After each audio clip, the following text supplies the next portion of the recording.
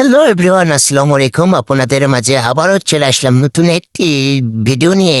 এই ভিডিওতে কি কি থাকছে সেটাই আপনাদেরকে জানাবো। আমি নাটোরের সাগরবাড়িতে, এখানে কলদারা এবং বরদেরকে নিয়ে ছবি ফটোশুট করানো হচ্ছে, যে তাদের স্মৃতি হিসাবে রাখার জন্য তারা কি কি করলো এবং কে কোথায় কি করলো, কি খাইলো, তাদের সব স্মৃতিগুলো লাগবে। এই জন্য তারা এখানে ফটোশুট করতেছে, যে তাদের অ্যালবাম করে রাখতে হবে।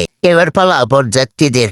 বরযাত্রীদের আপ্যায়নের সুব্যবস্থা করে রাখছিলাম, তারা এখানে এসে বসে দেখতেছে যে পেট দিয়ে তারা বাতাস করতেছে। কারণ দেখতে পাচ্ছেন বাংলাদেশের বিদ্যুতের কি অবস্থা, এখানে কারেন্ট নেই। তারা অনেক সুন্দর করে জামাই আপ্যায়নের জন্য জামাইয়ের জন্য প্লেট সাজিয়েছে।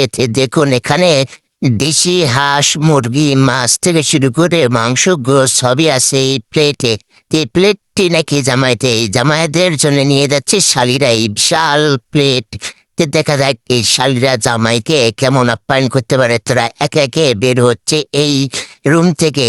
দেখুন তারা নিয়ে যাচ্ছে হাতে করে জামাইয়ের জন্য বিশাল এক প্লেট, এবং এর সাথে বরযাত্রীরা তার আগেই খাওয়া শুরু করে দিয়েছে, যে তাদেরকে আগে দিয়েছে।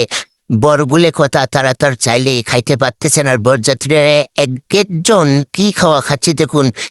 এখানে যে কারেন্ট নেই তাদের কোনো চিন্তা ভাবনা নেই, তারা শুধু খাওয়া নিয়ে ব্যস্ত। তারা খাচ্ছে আর খাই তাকাচ্ছে যে কেমন খাওয়া হবে এবং কেমন ভিডিও হবে এখানে।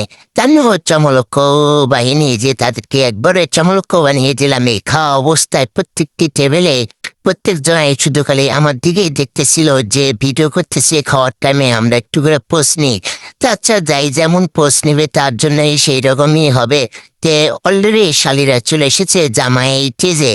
জামাইয়ের সামনে প্লেটটা রাখলো, এক একে গ্লাসটা রাখলো, একজন টিস্যু রাখলে, এগুলো সবগুলোই জামাইয়ের শালি। দুলাভাইয়ের জন্য শালিরা সুব্যবস্থা করে রাখছে, এবং তার সাথে তারা খেতেই আছে। বরযাত্রী এক একজন এত পরিমাণ খাচ্ছে, তাদের যে গরম লাগতেছে এটা কোনো স্মরণেই নেই।